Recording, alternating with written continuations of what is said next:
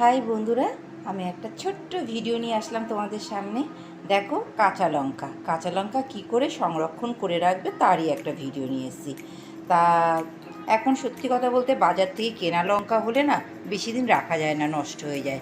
আর গাছের লঙ্কা হলে কিন্তু থাকে, তোমার নিজের বাড়ির লঙ্কা যদি গাছ থেকে নাও সেই লঙ্কা কিন্তু অনেক দিন থাকে ফ্রিজে রেখে দিলে। আর এই বাজার থেকে কেনা লঙ্কা নিয়ে আসলেই ব্যাস আস্তে আস্তে এখান থেকে পচন শুরু হয়ে যায়।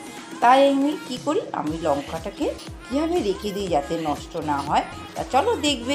দেখো, কিছু লঙ্কা আমি রেখে দিচ্ছি আর কিছু লঙ্কা আমি নিয়ে নিয়েছি।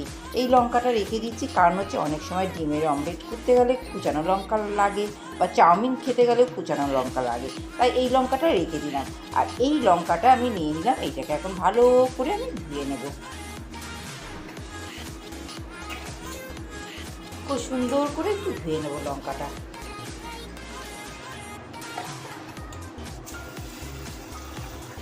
ততক্ষণ আমি ধুতে থাকি, আর তোমরা যারা দেখছো তারা আমার ভিডিওতে একটা লাইক দিয়ে দাও যদি ভুলে থাকো, আর যারা আমার চ্যানেলটা সাবস্ক্রাইব করতে ভুলে গেছো তারা সাবস্ক্রাইবটাও করে ফেলো।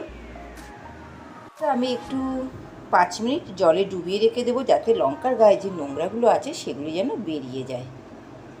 আর অবশ্যই ডাঁটিটা ফেলে দেবে।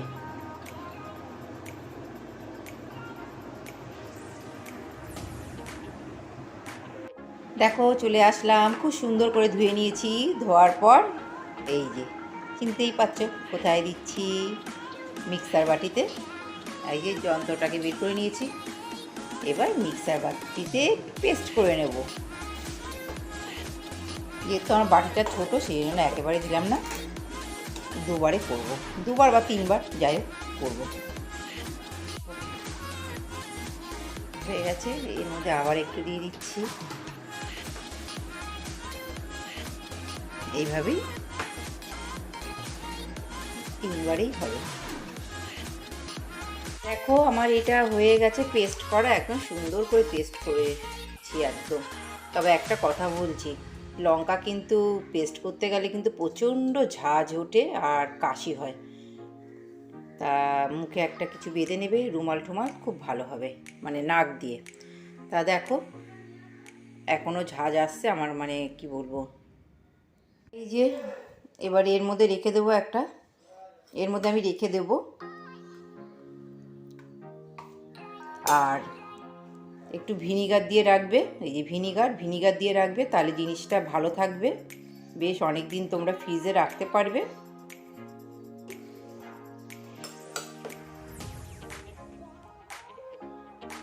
আর এই লঙ্কা পেস্টের সাথে যদি অল্প একটু যদি টমেটো সস নিয়ে যদি লঙ্কা পেস্টের সাথে মিশিয়ে নাও না, ও টমেটো সসটাও হেভি লাগে। মানে অল্প একটু লঙ্কা এই বাটা নিতে হবে, লঙ্কা বাটা নেবে, একটু টমেটো সস নেবে, আর তেঁতুল গাছ, তারপরে আবার মিশিয়ে হেভি লাগে খেতে। তাহলে আমি এটা একটু পরিষ্কার করে এর মধ্যে নিয়ে নিই বন্ধুরা। দেখো, আমি নিয়ে নিয়েছি মিক্সার বাটি থেকে, আর এইটা হচ্ছে মিক্সার বাটিতে অনেকটাই লেগেছিলো, তার জলটা ধুয়ে নিলাম, কিন্তু এর মধ্যে দিলাম না। এটা কালকে আমার তরকারিতে বা মাছের ঝোল যাই হোক কিছু একটাতে দিয়ে দেবো আমি, কেন আমার আজকে রান্না কমপ্লিট হয়ে গেছে, সেই জন্য এটাও ডিপে রেখে দেবো। আর একটু ভিনিগার নিচ্ছি, দেখো তোমরা, একটু একটু এই ভিনিগার একটু মাখিয়ে রেখে দেবো, তাহলে কী হবে, আমার এই জিনিসটা না নষ্ট হবে না। যে কোনো পেস্টেই, আদা বলো, রসুন বলো, বা তোমার লঙ্কা বলো, একটু ভিনিগার দিয়ে রাখলে জিনিসটা অনেক দিন থাকে ভালো। তাহলে আমার এই প্রসেসটা তোমাদের কেমন লাগলো একটু বলো।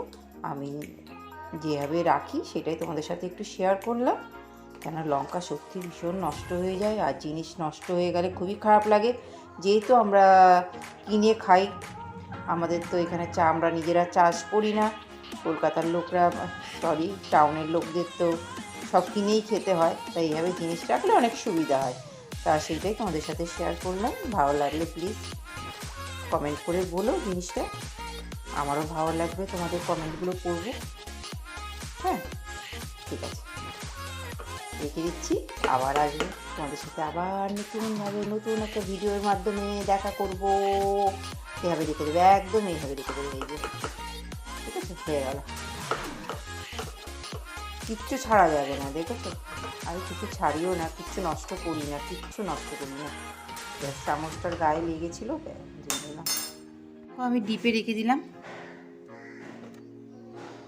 এটাও জমে যাবে, কালকে বের করে নেব।